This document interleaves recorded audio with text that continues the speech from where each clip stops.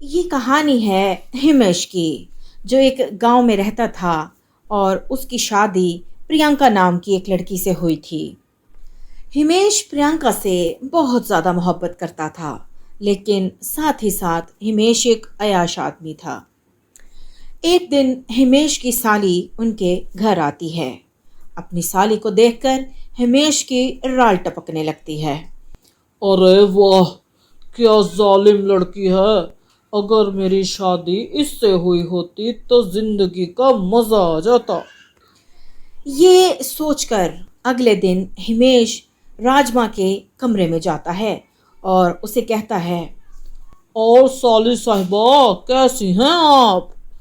जीजू मैं तो बिल्कुल ठीक हूँ। आप सुनाए कैसे हैं? हाँ, मैं भी ठीक हूँ। मुझे एक बात पूछना थी तुमसे। जी जी जीजू पूछिए। क्या तुम्हारी जिंदगी में कोई लड़का है?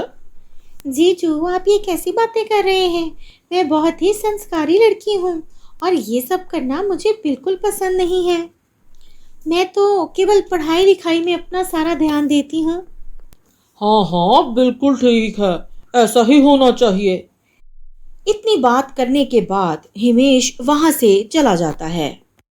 अगले दिन प्रियंका हिमेश से कहती है। अजी सुनते हो, मेरी सहेली की तबीयत बहुत ख़राब है। अभी उसका फ़ोन आया था तो मुझे उसका पता लेने के लिए अभी जाना होगा। हाँ हाँ, तो इसमें इतना पूछने की कौन सी बात है प्रियंका। तुम्हारी दोस्त है, मुसीबत में है, बीमार है, तुम्हें उसके पास जाना चाहिए। जी अच्छा तो ठीक है, मैं जा रही हूँ। आप अपना ख्याल रखिएगा। हाँ हाँ, तुम चिंता मत करो। साली साहिबा भी तो आई हैं घर में, मुझे क्या फिक्र हो सकती है। और इतना कह देने के बाद उसकी पत्नी प्रियंका वहां से चली जाती है अपनी दोस्त को मिलने। अरे वाह, क्या बात है। आज तो मेरी पत्नी भी घर से चली गई। आज तो मैं साली साहिबा को पटा ही लूंगा। इतना कहकर हिमेश दोबारा से पूजा के कमरे में चला जाता है। और साली साहिबा, कैसी हैं आप? जी जीजू मैं बिल्कुल ठीक हूँ। आप कैसे हैं?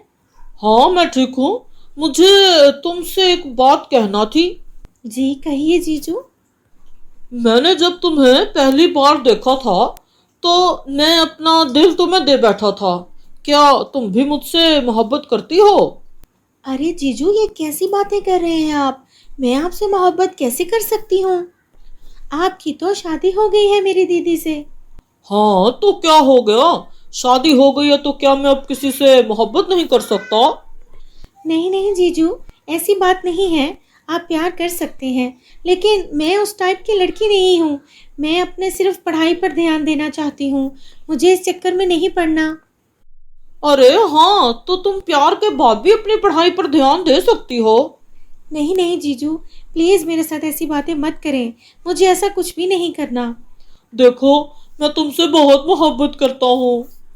मैं तुम्हें बहुत खुश रखूंगा और तुमसे शादी भी कर लूंगा। प्लीज़ जीजू आप ऐसी बातें मत बोलिए। आप प्लीज़ यहाँ से जाइए। यहाँ से जाइए? क्या मतलब? तुम्हारा दिमाग तो ठीक है? मैं यहाँ से जाने के लिए नहीं आया हूँ, मैं तुमसे प्यार करने के लिए आया हूँ। इतना कहकर हिमेश उसके साथ जबरदस्ती शुरू कर देता है, लेकिन पूजा अपने आप को बचाने की बहुत कोशिश करती है। प्लीज़ जीजू मुझे छोड़ दीजिए। प्लीज़ जीजू मुझे ये सब पसंद नहीं है।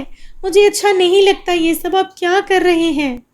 उसके गिड़गिड़ाने और चिल्लाने का हिमेश पर कोई असर नहीं होता और आखिरकार वो सब कर गुजरता है जिसकी नीयत से वो आया था। बहुत परेशान हो जाती है पूजा कि अब वो क्या करेगी। वो अपनी बहन के आने का इंतज़ार करती है और आखिरकार प्रियंका शाम में घर वापस आती है तो उसे पूजा हर बात मनोहन बता देती है। बहुत परेशान होती है उसकी बात सुनकर प्रियंका और कहती है। हाँ मेरे भगवान, ये क्या हो गया? मेरी बहन के साथ इस आदमी ने इतना कुछ कर दिया। मैं इसे नहीं छोड़ूंगी अब। चल पूजा तू मेरे साथ चल। मैं आज ही तुझे इंसाफ दिला कर रहूंगी। चल हम पुलिस स्टेशन चलते हैं। और इतना कहकर प्रियंका अपनी बहन को पुलिस स्टेशन ले जाती है और इंस्पेक्टर को जाकर सारी हकीकत बता देती है। अरे बहन जी, आप घबराइए मत, मैं यहाँ पर आप सबकी सहायता करने के लिए ही बैठा हूँ। उस हवस के पुजारी को मैं अभी सबक सिखाता हूँ। और इतना कहकर वो इंस्पेक्टर हिमेश को पकड़कर जेल में बंद कर देता है। ऐसे उसे उसकी हवस का अच्छा मजा मिल जाता है।